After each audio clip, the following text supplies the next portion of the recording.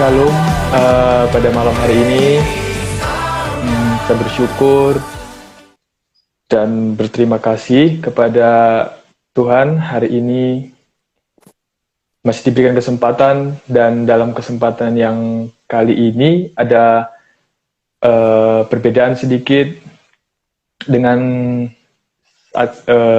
kegiatan-kegiatan sebelum-sebelumnya. Kalau kegiatan sebelumnya itu ibadah di hari Senin, ibadah GGPAW, terus di hari Jumat itu ibadah saat teduh PAW, dan hari ini sesuai dengan yang beberapa kami membicarakan untuk membuat acara sharing time atau berbagi waktu lah ya, untuk sharing terkait tentang topik, yaitu topik yang akan kita bicarakan hari ini adalah melayani dari masa muda. Nah, jadi di sini sekaligus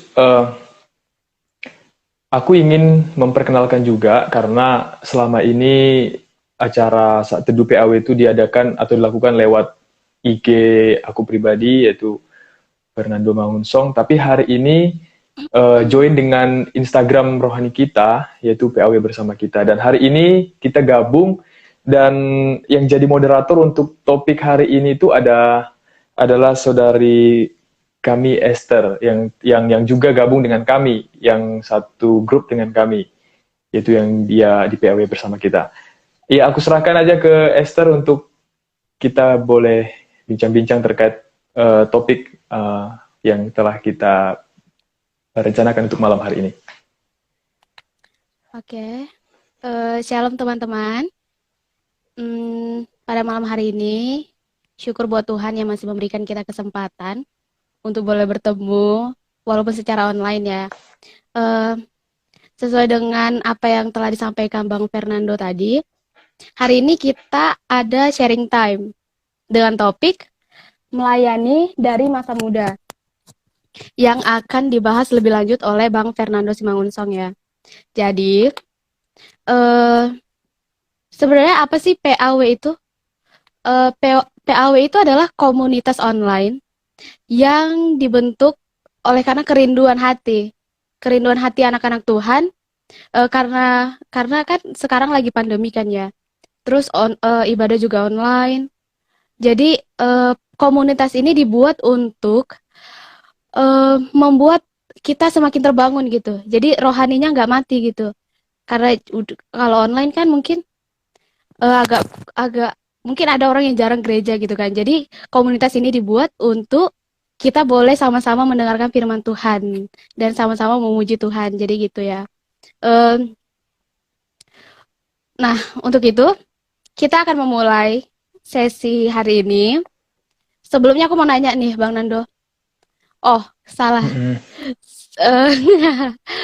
Saat ini sebelum kita memulai lebih lanjut ya, kita mau berdoa dulu. Kita mau serahkan segalanya ini ke dalam tangan Tuhan. Biar Tuhan memberkati. Kita berdoa, dimulai. Terima kasih Bapak yang baik, terima kasih Roh Kudus. Kembali kami pada saat hari ini Tuhan, untuk melakukan sharing time mengenai pelayanan di masa muda Bapak yang baik. Kami serahkan seluruhnya ke dalam tangan-Mu. Biar tangan Tuhan Yesus yang boleh menjamah setiap bibir kami, biarlah perkataan yang keluar dari mulut kami Bapa benar-benar berasal daripada-Mu. Engkau mengurapi Bang Fernando Simangunsong, biarlah Tuhan Yesus boleh semakin pakai dia lebih lagi Bapa, dan sharing time pada saat malam hari ini boleh berguna bagi teman-teman yang mendengarkan dan bagi kami sendiri. Terima kasih Bapa, terpuji termulia nama-Mu pada saat hari ini kekal untuk selama-lamanya. Haleluya, amin. Amin. Ya, Bang Nando, sebelumnya aku mau nanya nih, apa kabar di tengah pandemi seperti ini? Puji Tuhan untuk kabar di tengah-tengah pandemi ini, untuk semua kabar lah ya, kerja terus melayani Tuhan juga, puji Tuhan baik semuanya, tak ada kendala. Selagi kita punya Tuhan, kita patut untuk bersyukur dalam segala keadaan. Karena firman Tuhan berkata demikian, seperti itu. Ya, tema kita kan hari ini adalah melayani dari masa muda. Bang Nando sendiri udah mulai melayani itu dari kapan?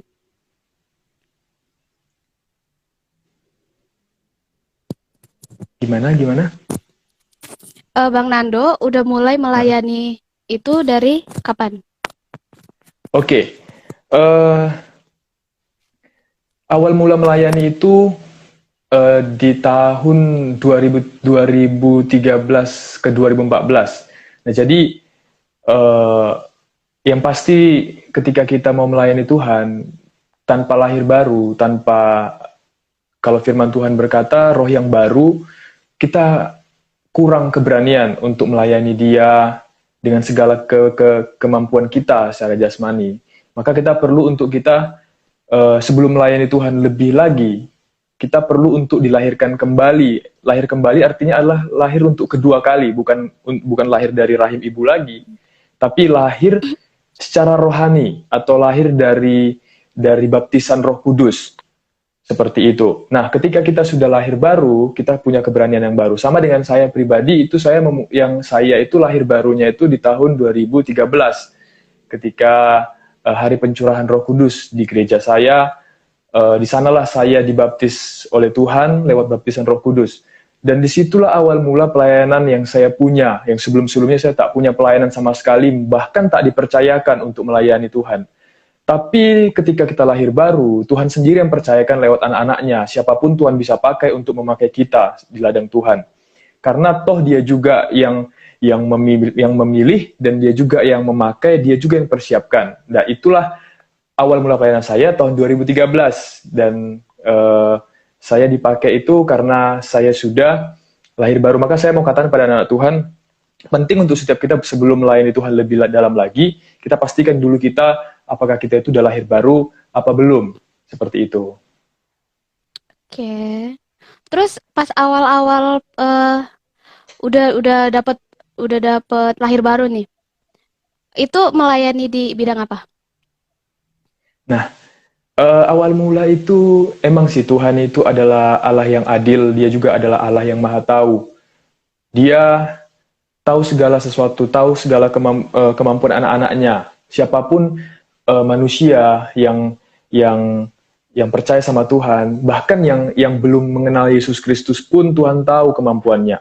Nah, sama juga saya ketika aku ya memulai pelayanan dulu itu nggak langsung pelayanan seperti ini. Bisa Tuhan pakai seperti ini walaupun masih sederhana ya, tapi awal mula dulu saya diberikan Tuhan melayani hanya sebagai penerima tamu. Jadi ada kesetiaan, ada bentuk yang Tuhan mau. Tuhan juga kadang melatih kita untuk setia dalam perkara-perkara kecil. Nah, jadi pelayanan dulu itu aku itu melayani nggak langsung seperti sekarang, atau juga aku juga melayani waktu sebelum masa pandemi ini di gereja, aku juga melayani di musik. Sebelum itu uh, ada pelayanan yang kecil yaitu penerima tamu. Penerima tamu tahulah ya, kalau ke gereja itu sapa salam, berikan senyum, salam tangan, seperti itu. Dan itu kadangkala kita rasa pelayanan nggak terlalu penting bagi setiap pelayan-pelayan karena hanya limit waktunya itu paling 10 menit sebelum ibadah, seperti itu. Habis itu udah selesai, tugasnya udah selesai. Tapi kadangkala Tuhan mau pakai kita untuk setia dulu di sana sebelum ada pelayanan yang lebih besar yang Tuhan akan berikan dan percayakan kepada kita. Nah, pelayanan saya itu adalah yang paling sederhana, adalah dulunya penerima tamu sebelum dipercayakan Tuhan bisa melayani musik, sampai hari ini Tuhan percayakan untuk bisa sharing-sharing dengan saudara seperti malam hari ini. Yes. Berarti bertahap ya kan? Makanya Iya, jadi kayak yang bertahap. Ando bilang itu, setia dulu sama yang kecil, baru nanti Tuhan kasih yang lebih besar ya kan. Iya, Nah, betul, seperti itu. jadi kan Bang Dul, ini kan udah diposting dari beberapa hari yang lalu nih Mm-mm. tentang acara ini kan, acara sharing time ini. Jadi ada beberapa orang yang mengirimkan pertanyaan. Kita langsung ke pertanyaan yang pertama aja ya. Yang pertanyaan dari Ed William. Eh, apa manfaat kalau melayani di masa muda? Terus ini agak berkesinambungan sih sama pertanyaan pertama dari Ed Wanti Nenggolan. Apa tujuan melayani di masa muda? Oke. Eh, melayani manfaat dan tujuan melayani di masa muda. Hmm. Setiap kita pasti, siapapun, mungkin orang tua sekarang yang sudah berumur contoh 40, 50 tahun, baru kenal Tuhan, telat. Ada rasa mereka kalau bisa waktu diulang, aku umur belasan tahun seharusnya udah mau kalau bisa aku udah melayani kian kemarin, ada penyesalan dalam hati mereka. Nah, itu yang aku maksud secara pribadi, manfaat dan tujuan kita melayani masa muda itu sih bukan untuk kita, tapi untuk Tuhan. Maksudnya kita diberikan Tuhan waktu lebih banyak investasi surga, maksudnya kita eh, menanam, maksudnya kita tanam harta kita, harta yang nggak kelihatan. Nah, manfaat kita melayani masa muda itu banyak sesungguhnya. Yang pertama, kita bisa jadi berkat buat orang lain lebih cepat daripada yang kita rencanakan. Kadang-kala orang dipakai untuk melayani orang lain itu umurnya 40 tahun, 35 atau 45 contohnya sudah tua. Jadi tubuh pun sudah nggak maksimal lagi dalam melayani Tuhan. Pergi ke suatu tempat mendoakan orang lain di suatu tempat contohnya. Nah, tapi manfaat kalau kita melayani masa muda itu, ya kita masih fit, yang pasti kita punya waktu lebih banyak lagi untuk melayani Tuhan. Nah, tujuannya adalah, kalau tujuan sih pasti untuk menyenangkan Tuhan, maka untuk melayani Tuhan juga kita harus tahu kita ini masih punya hutang dengan Tuhan. Kita itu adalah orang yang kita adalah orang yang berhutang kepada Tuhan gitu, karena kita sudah ditebus. Maka seharusnya kita lebih cepat melayani, kita beri diri lebih cepat dengan Tuhan, itu lebih baik. Seperti itu. Iya sih. Karena kita melayani juga karena Tuhan udah terlebih dahulu melayani kita kan. Iya, Seperti betul. itu. Oke, pertanyaan selanjutnya nih Bang Do. Kenapa sih harus melayani dari masa muda? Emang harus ya melayani? Oke, kenapa sih kita itu anak-anak Tuhan harus melayani dari masa muda? Nah, Mm-mm. coba perhatikan sekeliling kita. Kalau lagu pujian berkata banyak tuayan tapi pekerjaannya sedikit. Ladang telah menguning tapi belum siap dituai karena apa? Karena pekerjaannya sedikit. Pekerjaannya itu bisa dihitung berapa orang. Pekerja itu artinya adalah pelayan-pelayan Tuhan itu sendiri. Tadi, kenapa sih kita harus melayani di masa muda? Mm-mm. Karena begitu banyak sebenarnya kekalahan di masa orang-orang muda sekarang adalah terlalu sibuk dengan kesibukan sendiri, dengan pekerjaan sendiri, sampai lupa diri dia hidup itu untuk siapa. Sebenarnya kita seharusnya itu, kalau boleh ditanya, kalau boleh Tuhan, kalau kita ditanya secara pribadi, kita seharusnya hidup untuk siapa? Kita seharusnya jawab itu, kita harus hidup untuk Tuhan. Tuhan nggak perlu sih kita harus jadi pendeta, tapi kenapa sih kita harus melayani masa muda? Karena apa? Karena banyak anak-anak muda sekarang itu yang tadi yang saya katakan, yang aku katakan, sibuk dengan pekerjaan sendiri, sibuk dengan pertemanan sendiri sampai lupa Tuhan. Bukan hanya lupa Tuhan, tapi jauh dari Tuhan. Nah, sampai-sampai seharusnya dia yang tuai-tuayan, tapi jadi dia yang dituai karena dia nggak tahu sebenarnya dia itu adalah generasi yang siap untuk Tuhan pakai, gitu loh. Hmm, ya sih. Eh, per- eh, kita ke pertanyaan selanjutnya ya. Uh-uh. Kalau yang ku dapat dari tadi ya, yang harus itu, ya harus karena eh ngapain kita di dunia ini, ngapain lagi gitu kan? Salah satu bentuk rasa syukur kita ya melayani Tuhan gitu kan. Jadi Mm-mm. kalau kita hidup hanya untuk diri kita sendiri, untuk apa gitu? Tidak ada gunanya kita jadinya di dunia ini. Nah, pertanyaan selanjutnya nih, sebagai anak muda yang melayani, gimana sih caranya untuk kita nggak minder dalam pergaulan kita? Kadang kalau kita sering melayani, sering ke gereja, gitu kan. Jadi kita seolah-olah dicap orang, ih sok benar kali lah, kayak gitu kan. Jadi gimana cara kita meresponi itu, gitu Bang? Nah, supaya kita nggak Oke, minder gitu karena kadangkala sih memang digituin banyak, orang gitu.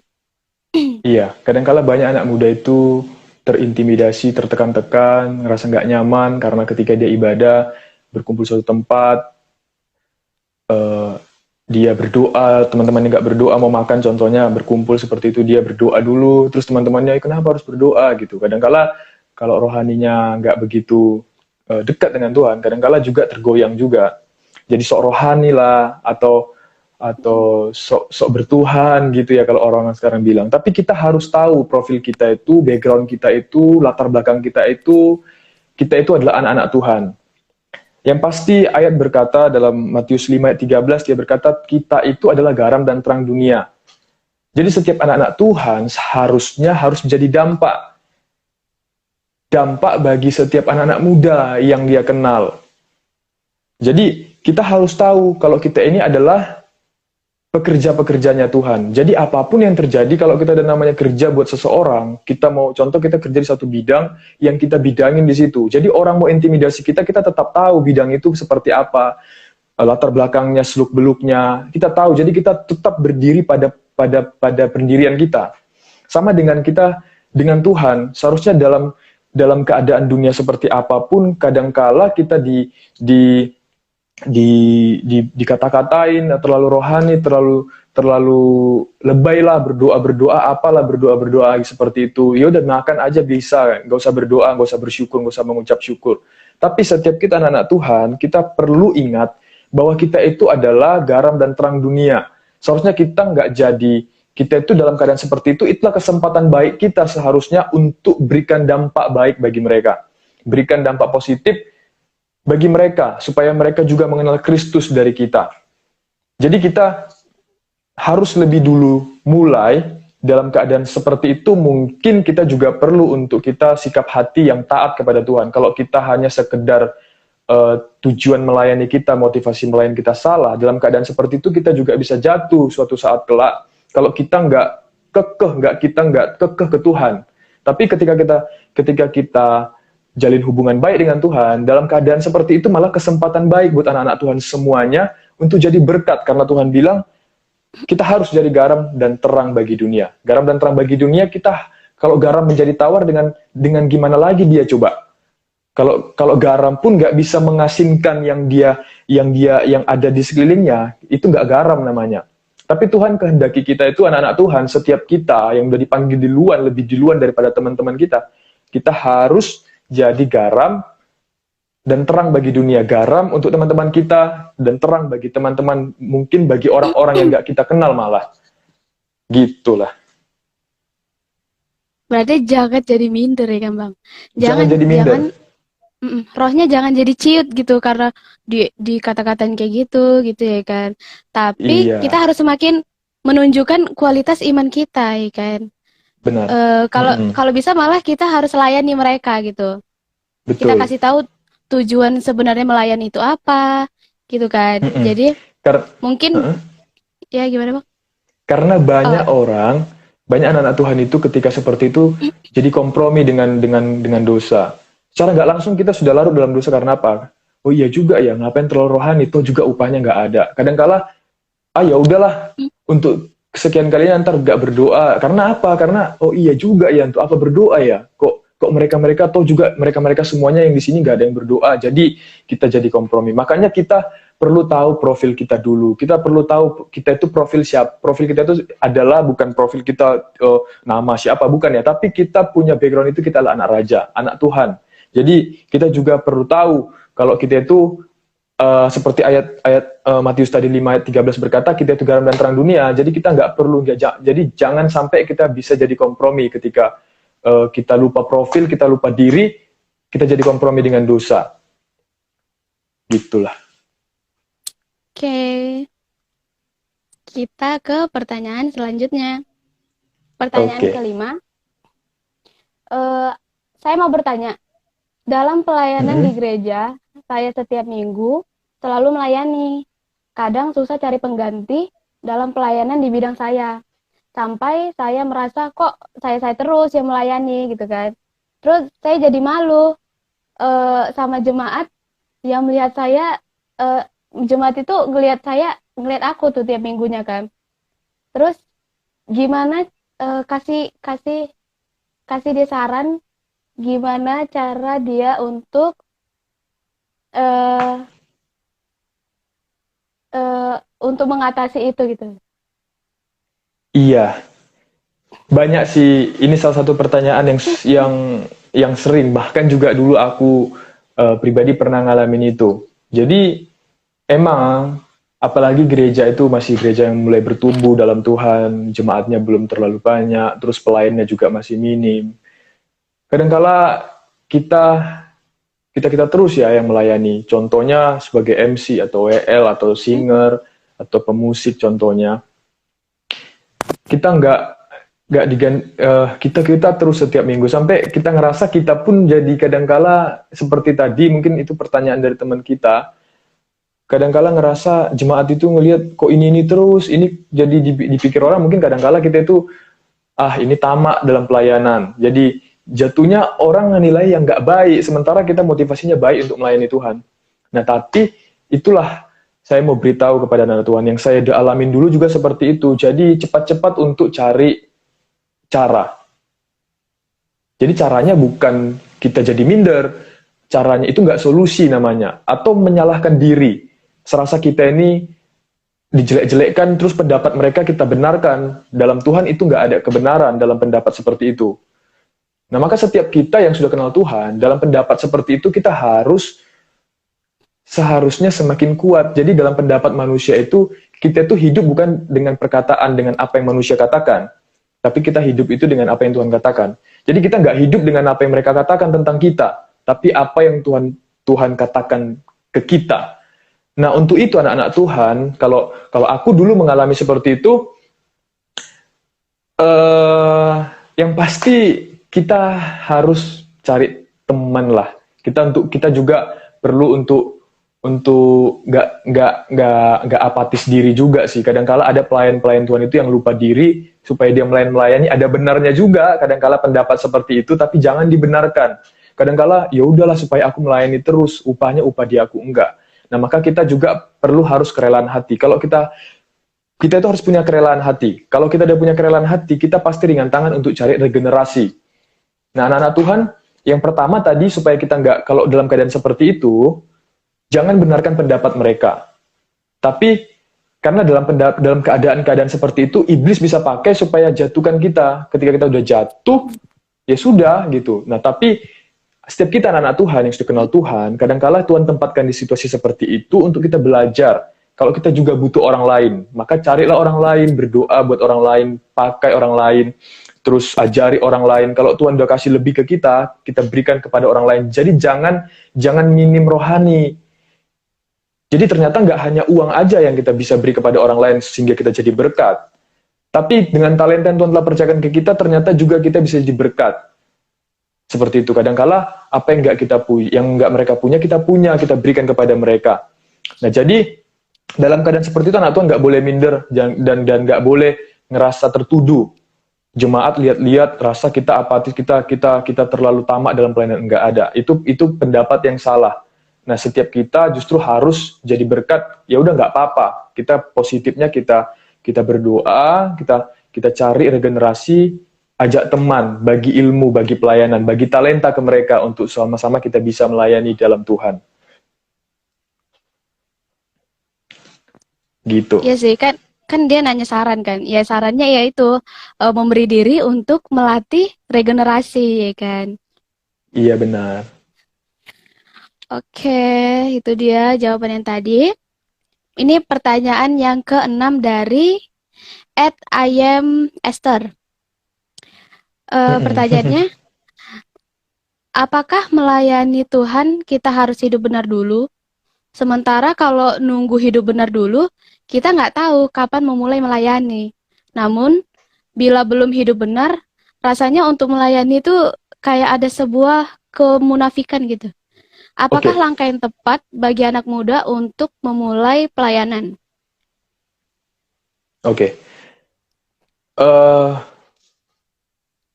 Ingat nggak firman berkata, tak ada seorang pun yang benar, seorang pun tidak. Jadi dari antara kita itu sebenarnya nggak ada yang layak untuk melayani Tuhan. Karena kita itu adalah manusia dosa penuh dengan daging.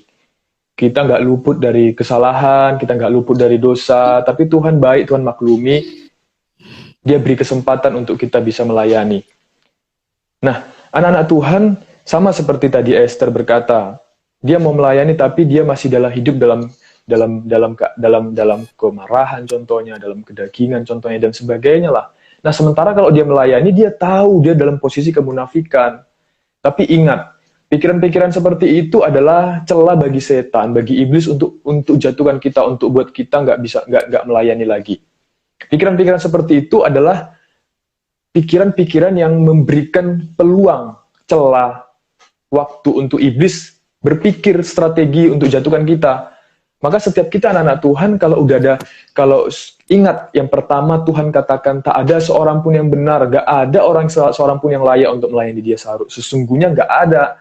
Tapi dia pakai kita, tapi juga kita perlu ya untuk sadar diri. Kita ini orang yang berdosa, kita ini orang tebusan, kita itu perlu sadar diri, kita perlu minta ampun sama Tuhan. Kalau dalam keadaan seperti itu, langkah yang paling efektif yang dapat kita lakukan adalah kita segera untuk ingat firman bahwa yang pertama Tuhan itu baik, dia itu bisa pakai siapapun. Dan yang kedua, langkah yang kedua adalah ingat aja firman yang berkata tentang bahwa tak ada seorang pun yang benar itu dan seorang pun tidak. Dalam artian bukan kita dalam keadaan ayat yang disampaikan sekalipun Tuhan berkata tak ada seorang pun yang benar, seorang pun tidak. Bukan berarti juga celah bagi kita untuk kita tetap hidup dalam dosa. Tapi anggaplah kesabaran Tuhan itu jadi kesempatan bagi kita untuk beroleh selamat, untuk beroleh kembali ke jalannya Tuhan. Gitu loh. Jadi supaya kita itu nggak selalu hidup ketika melayani, kita selalu hidup dalam tekanan-tekanan. Bayangkan aja kalau anak-anak Tuhan itu hidup dalam tekanan. Dia melayani, dia singer, dia MC, dia bermain musik, tapi hidup dalam tekanan. Dalam dibayang-bayangi, aku nggak layak, aku nggak layak, seperti itu. Nah, maka setiap kita anak-anak Tuhan perlu tahu dulu. Setiap kita itu nggak ada yang layak. Tuhan itu baik. Dia itu bisa pakai siapapun selagi dia mau, tapi ingat, kita nggak boleh kompromi sekalipun Tuhan itu maha pengasih dan maha penyayang, pengampun juga, bukan berarti kita jadi sesuka hati ke Tuhan. Maka kita perlu juga untuk sadar diri kita ini siapa. Ya anak-anak Tuhan, sekali kita udah memohon pertolongan Tuhan, minta ampun sama Tuhan, sudah cukup, jangan ulangi lagi. Jangan lagi hidup dan jangan lagi kompromi dengan dosa. Mungkin itu langkah-langkah yang bisa kita sharing untuk supaya anak-anak Tuhan itu jangan lagi punya rasa tertuduh dalam melayani, sehingga ketika melayani terbayang-bayang, itu kesempatan iblis malah lebih enak celah untuk jatuhkan kita. Gitu, Esther. Oke. Yang paling utama tuh kalau kita mau melayani ya, itu dimulai dari hati kita dulu ya kan. Yang penting hati kita rindu untuk melayani. Ketika kita rindu, pasti Tuhan bantu kita gitu kan. Pasti Tuhan juga semakin mengubahkan hati kita gitu kan. Ketika kita udah semakin rindu untuk melayani Dia gitu. Jadi mungkin memiliki kerinduan itu juga merupakan langkah ya kan untuk memulai melayani. Oke, pertanyaan dari @teti_jo. Kak mau tanya nih, saya pribadi pernah ketika menjadi pelayan Tuhan merasa tidak pantas. Soalnya posisi saat itu saya jauh dari Tuhan dan tiba-tiba saya dipilih menjadi WL. Dan saat itu saya belum siap melayani Tuhan. Keputusan apa yang harus saya ambil? Bolehkah saya menjadi pelayannya secara saya telah meninggalkannya gitu? Gimana tuh, Bang? Kayaknya sih tipis perbedaan pertanyaan, kayaknya hampir sama dengan sebelumnya tadi. Jadi dalam keadaan dia mungkin dalam keadaan hidup dalam dosa, mungkin dia ngerasa ukurannya ya, mungkin menurut ukuran manusia dia itu sudah hidup dalam dosa, atau dia sudah hidup dalam dia hidup di luar dari Tuhan lah ya, menurut ukuran manusia. Sementara habis itu dia dipercayakan untuk melayani Tuhan. Kadang-kala nggak nyambung juga. Kok bisa ya? Kadang-kala kita berpikir, kok bisa ya aku lagi dalam keadaan berdosa loh, tapi Tuhan bisa pilih aku. Nah itulah kadang. Maka kadang-kala eh jadi jangan, yang pertama adalah pikiran kita. Setiap pikiran itu, pikiran kita lah yang mengendalikan seluruh tubuh ini.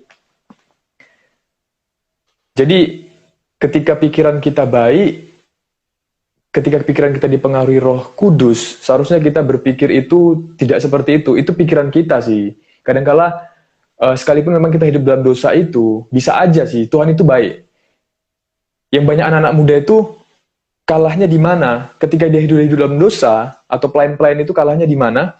Ketika dia hidup dalam dosa, terus habis itu dia dipercayakan melayani, terus dia menurut ukurannya, aku ini nggak layak lagi melayani Tuhan, udahlah nggak usah melayani Tuhan lagi lah gitu. Jadi kadang-kala udah mundur diri, terus tarik diri, kecewa, terus jadi pahit hati juga dengan pelayanan dan sebagainya. Nah, anak-anak Tuhan, saya mau beritahukan, sebenarnya nggak seperti firman tadi itu, kita nggak ada yang dari awal mula juga kita nggak ada yang layak sebenarnya untuk melayani Dia.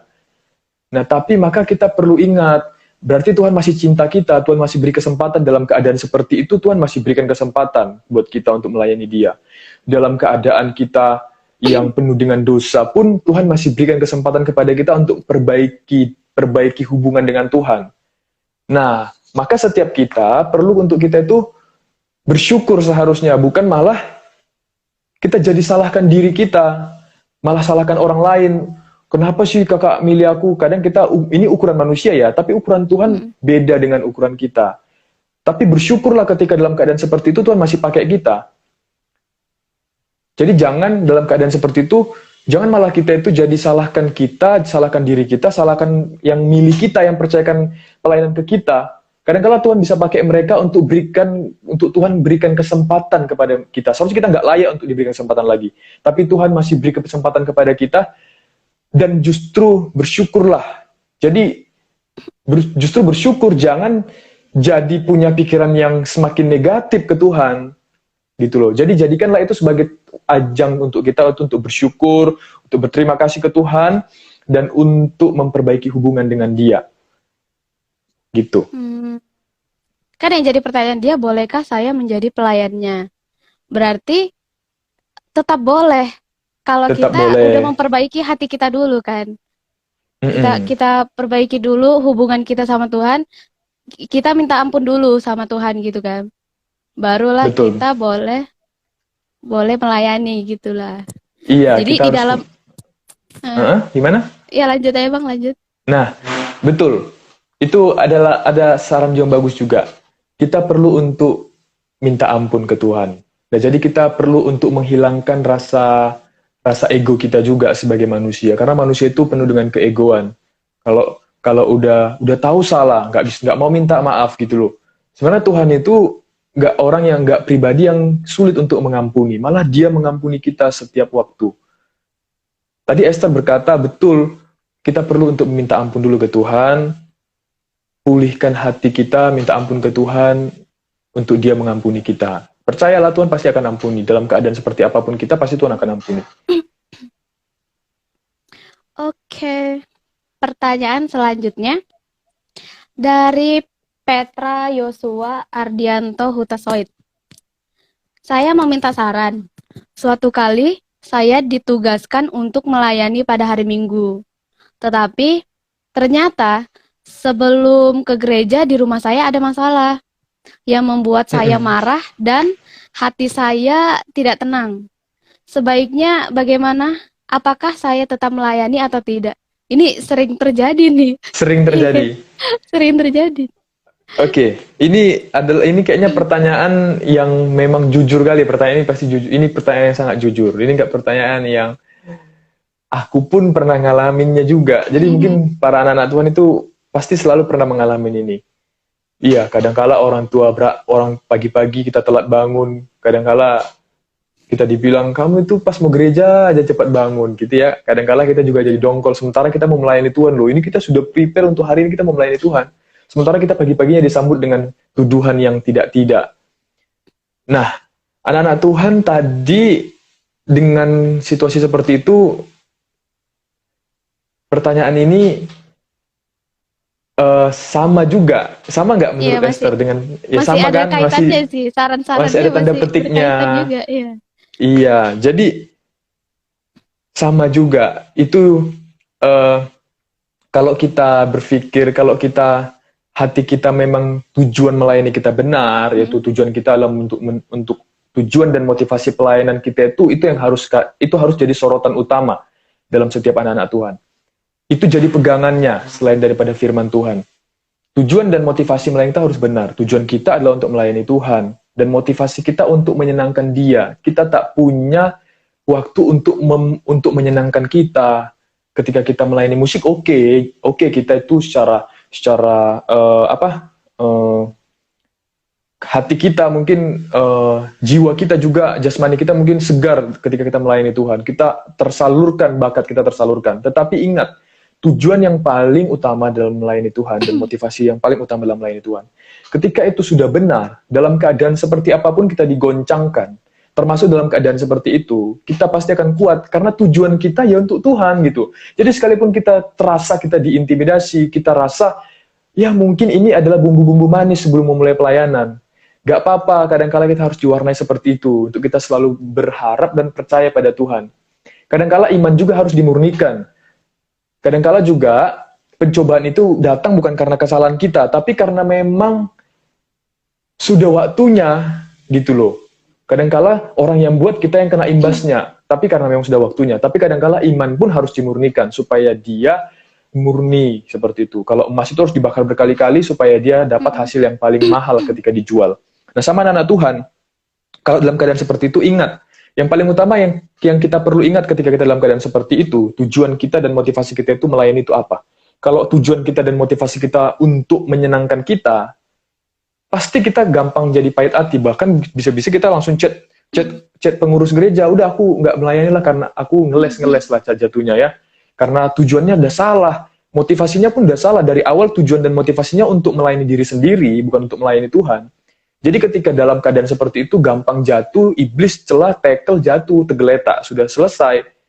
Yang rugi siapa? Yang rugi kita, bukan siapa-siapa, malah iblis senang-senang. Nah, maka anak Tuhan dalam keadaan seperti itu tetap ibadah, karena apa? Ingat tujuan dan motivasi kita itu ya untuk menyenangkan dan memuliakan Tuhan, bukan untuk kita. Jadi kita harus berkata, toh juga aku nggak melayani diri sendiri, toh juga aku untuk melayani Tuhan. Untuk apa aku harus kecewa? Gitu loh. Gitu teh, Esther. Sama kayak yang tadi lagi sih kan.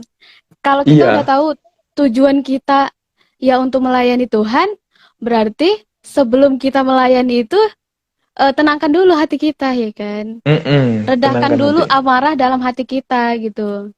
Barulah kita lanjut untuk melayani Tuhan. Karena kalau misalnya dia pelayanan main keyboard nih. Terus ternyata dia lagi marah, akhirnya nggak jadi melayani kan, banyak ini yang dirugikan gitu kan. Jadi banyak masalah yang muncul lagi gitu. Makanya harusnya jangan ditinggalkan kan. Pelayanannya tetap dilakukan, tapi hatinya diredakan dulu gitu. Ditenangin dulu hatinya. Betul. Oke. Nih ada pertanyaan lagi.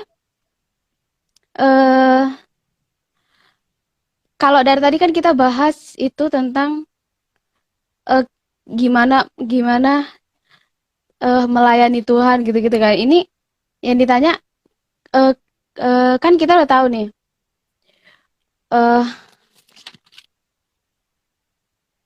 kayak mana caranya untuk melayani gitu kan. Yang ditanya sekarang komitmen kita gitu. Bagaimana untuk kita tetap berkomitmen melayani Tuhan gitu. Oke. Bagaimana supaya kita tetap berkomitmen dalam melayani Tuhan? Ingat apa yang Tuhan sudah berikan kepadamu. Bagaimana supaya kita itu bisa komitmen terus dalam melayani Tuhan? Kita perlu ingat kebaikan-kebaikan Tuhan. Kadangkala yang membuat kita jadi semangat melayani Tuhan adalah karena Tuhan itu baik bagi kita. Sadar nggak apa yang kita terima hari ini bukan karena kita, tapi karena Tuhan. Nah, aku secara pribadi yang buat aku semangat melayani Tuhan karena penyertaan Tuhan, sekalipun kadangkala oke lah, liku-liku pelayanan mungkin setiap orang pergumulan juga setiap orang berbeda-beda.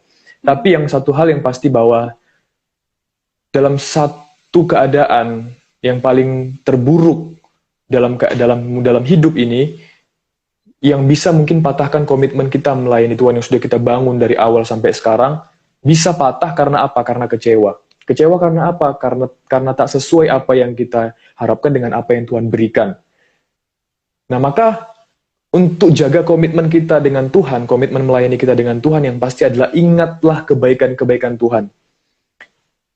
Kalau Alkitab berkata, kebaikan-kebaikannya itu pertolongan-pertolongan Tuhan, kebaikan-kebaikan Tuhan, apa yang sudah Tuhan berikan kepada kita, itulah ingat. Jadi, kalau aku pribadi sih, kenapa aku sampai sekarang komitmen itu dalam melayani Tuhan, karena satu masalah seberat apapun dibandingkan dengan apa yang Tuhan sudah berikan berkali-kali sebelum-sebelumnya, itu nggak bisa mengalahkan, sekalipun begitu berat beban yang harus dipikul hari ini, nggak bisa mengalahkan kebaikan Tuhan sebelum-sebelumnya. Itulah yang membuat komitmen dalam hati ini semakin tetap teguh dalam Tuhan. Maka kita perlu untuk mengingat kebaikan-kebaikan Tuhan, supaya komitmen dalam hati ini, dalam ikut Tuhan itu semakin kuat. Yang pasti ingatlah kebaikan-kebaikan Tuhan. Iya sih. Karena Apa sih juga kebaikan? ya lanjut aja Bang. Iya. Lanjut. Apa coba yang kita mau, yang hal-hal terbaik dalam hidup ini apa coba? Apakah itu kita rasa secara jasmani, mungkin kita berkata itu karena aku, atau itu karena kemampuanku, karena orang tuaku, karena sudah waktunya? Tak ada. Kita nggak boleh berkata demikian kalau kita sudah punya Tuhan. Tapi semuanya karena kebaikan Tuhan. Itulah yang disebut dengan kebaikan-kebaikan Tuhan. Apa tadi, Esther? Karena itu juga sih kan, kayak mana komitmen kita ke Tuhan itu, kita lihat lagi tujuan kita di dunia ini itu apa ya kan? Ya melayani Tuhan gitu. Bukan hanya melayani di gereja gitu, tapi melayani orang-orang gitu juga sih kan. Iya, betul. Oke, ini pertanyaan selanjutnya dari @Anita Duru. Bagaimana cara agar dapat menjangkau jiwa-jiwa muda untuk bersemangat dalam melayani Tuhan? Gimana itu Bang? Berarti jadi leader nih istilahnya ya kan? Gimana tadi? Gitu. Bagaimana cara agar dapat menjangkau jiwa-jiwa muda untuk bersemangat dalam melayani Tuhan? Iya. Yang pasti yang pertama adalah kita harus pastikan diri kita itu sudah terlatih dulu ya. Karena keinginan kita seperti pertanyaan tadi, kita mau jadi pelatih. Bagaimana kita mau jadi pelatih sementara kita belum terlatih? Nah, yang pasti adalah kita harus latih diri dulu. Karena untuk jadi seorang leader atau pemimpin itu yang siap militan dipakai Tuhan dalam segala kondisi dan keadaan, itu bukan hanya satu hari, 2 hari latihan, bukan hanya sebulan, 2 bulan, mungkin malah persiapannya bertahun-tahun. Apalagi dalam tanda petik dalam pertanyaan ini, dia mau pengen jadi seorang leader untuk bawa orang lain percaya pada Yesus. Nah, kita perlu latihan. Yang pasti latihannya apa? Kita perlu latihan untuk baca firman. Mungkin contohnya seperti ini, kita berkata, hei teman-teman, bacalah firman ya dari Kejadian sampai Wahyu, sementara kita belum memulainya. Sementara kita belum selesai lah ya. Jangankan belum selesai, memulai pun kita belum gitu loh. Tapi kita udah harapkan yang orang yang kita muridkan itu untuk mendahului kita gitu. Bagaimana bisa? Nah, maka anak-anak Tuhan, yang pasti adalah pastikan dirimu itu terlatih dulu secara rohani, bukan secara jasmani ya. Terlatih secara rohani adalah terlatih dalam berdoa, terlatih dalam baca firman, terlatih dalam memulai hubungan baik dengan Tuhan. Yang pasti itu. Nah, ketika kamu sudah terlatih, maka percaya nggak percaya, pasti Tuhan, ketika Tuhan sudah tahu kau mampu, sudah tahu kita mampu dan sanggup untuk mengerjakannya, pasti Tuhan nggak mungkin tunda-tunda, dia pasti akan berikan jiwa untukmu. Nggak harus 2-3 orang, mungkin 1 orang yang kau mungkin bisa mulai untuk memuridkan mereka. Jadi nggak usah terburu-buru dalam menjadi seorang leader itu, jangan terlalu terburu-buru, jangan melampaui Roh Kudus, jangan berlari lebih kencang daripada Roh Kudus, tapi berusahalah untuk selalu berada di belakangnya, supaya dia yang memimpin kita, gitu loh. Jadi yang pasti adalah pastikan dirimu dulu terlatih secara rohani, terlatih dalam segala hal.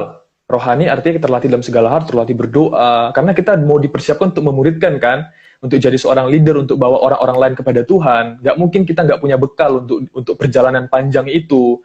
Karena itu perjalanannya kontinu, bukan ada hari-harinya, bukan ada masa-masanya. Suatu saat kita nggak nyangka-nyangka, kita nggak persiapan, ternyata Tuhan hadapkan kita dengan jiwa yang akan diselamatkan. Ternyata kita nggak siap, kita nggak terlatih, kita bisa jadi kalah. Malah kita nggak tahu apa yang mau kita katakan. Maka penting buat kita untuk kita melatih diri dulu. Setelah kita terlatih, percaya nggak percaya, pasti Tuhan akan berikan ketika kita sudah terlatih menurut ukuran Tuhan, bukan menurut ukuran kita.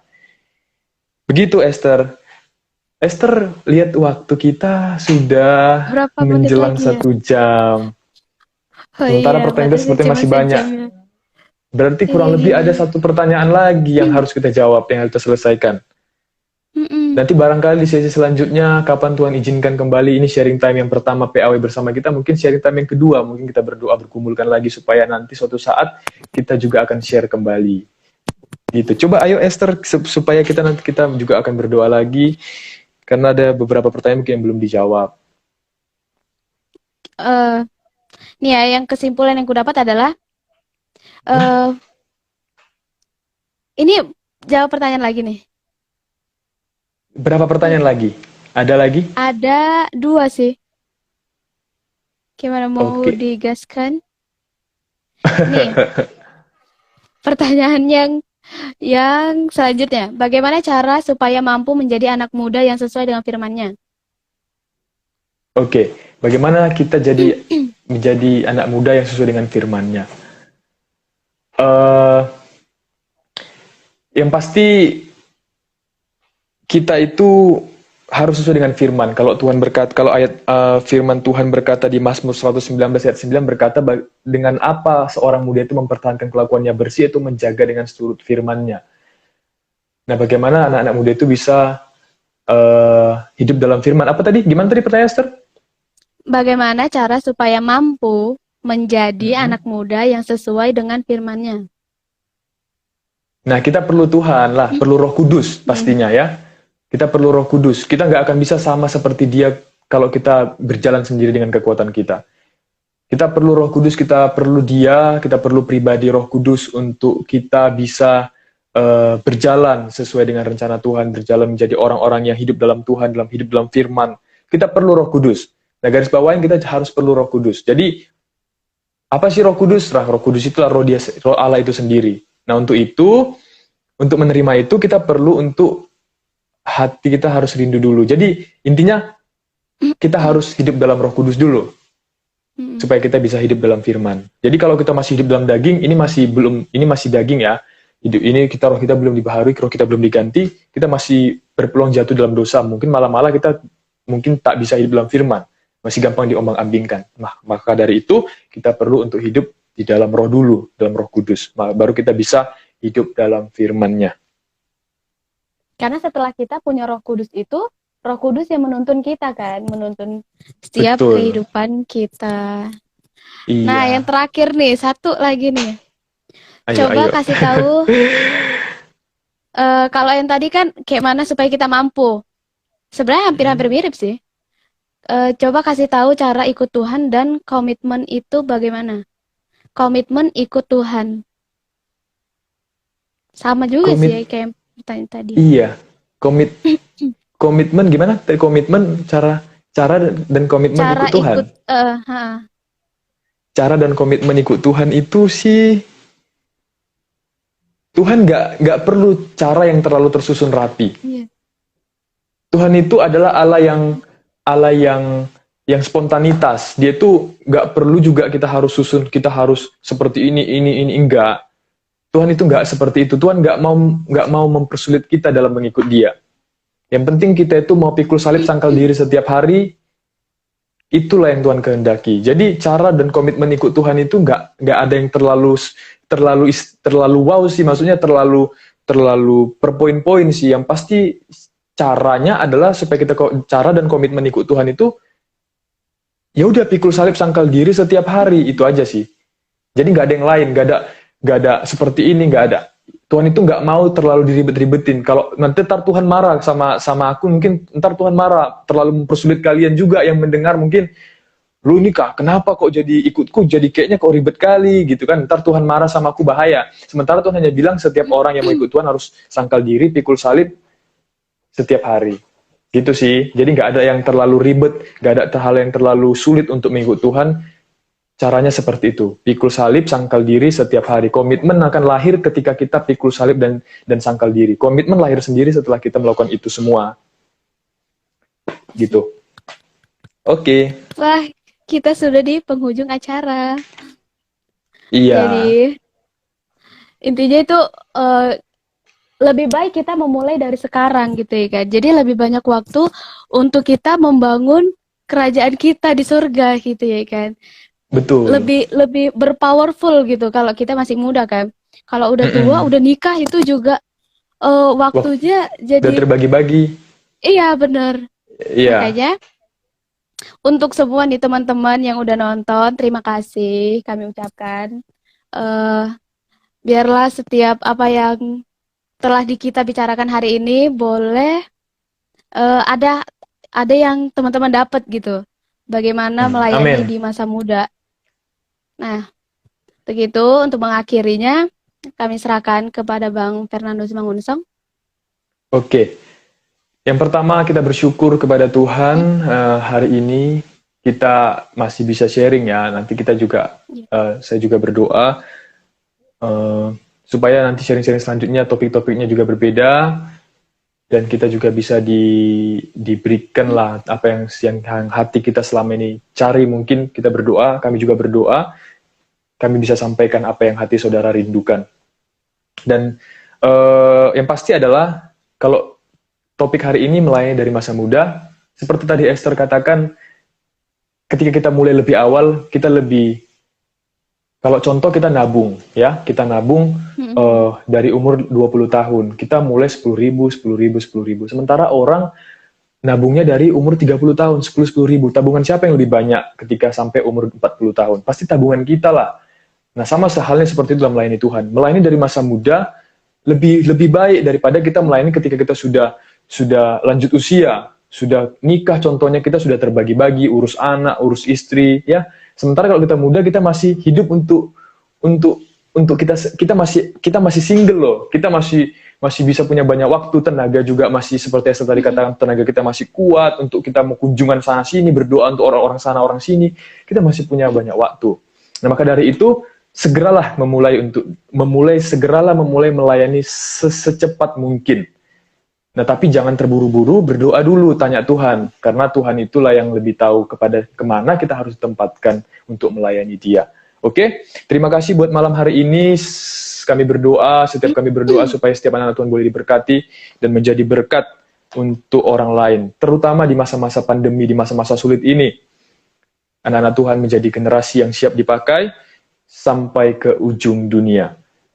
Kita berdoa, kita satukan hati kita bersatu di dalam doa untuk mengakhiri acara kita malam hari ini. Bapak, kami bersyukur dan kami berterima kasih untuk hari ini, Tuhan, acara sharing time ini yang kami angkat topik yaitu untuk melayani dari masa muda. Ya Tuhan, kami sudah sharing, kami sudah bertanya, jawab, menjawab. Tuhan, kami berdoa supaya setiap apapun yang kami bicarakan, Tuhan berkenan dan Tuhan pakai. Tuhan Yesuslah yang memberikan pertumbuhan dalam setiap hati kami. Ya Tuhan, kami ini manusia yang terbatas, dan kami berharap Tuhan, secepat mungkin kami Tuhan bisa pakai di masa muda kami.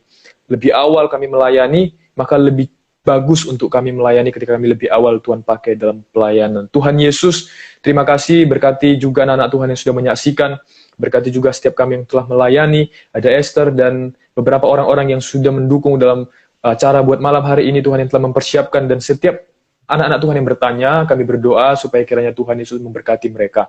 Bapak, terima kasih, rencana-rencana kami ke depan kami serahkan ke dalam tangan Tuhan. Instagram PAW juga Tuhan berkati, YouTube PAW juga Tuhan boleh berkati, Facebook dan ibadah CG online kami, Tuhan Yesus yang kami adakan di setiap Senin juga kami berdoa supaya Tuhan berkati. Bapak, terima kasih ya Tuhan, kami bersyukur, dan inilah doa kami angkat hanya ke dalam satu nama, yaitu Tuhan Yesus Kristus. Terpujilah Engkau daripada malam ini kekallah sampai selama-lamanya. Haleluya. Amin. Oke. Ya, terima kasih. Sampai ketemu kembali. Tuhan Yesus memberkati dan Esther. terjadi.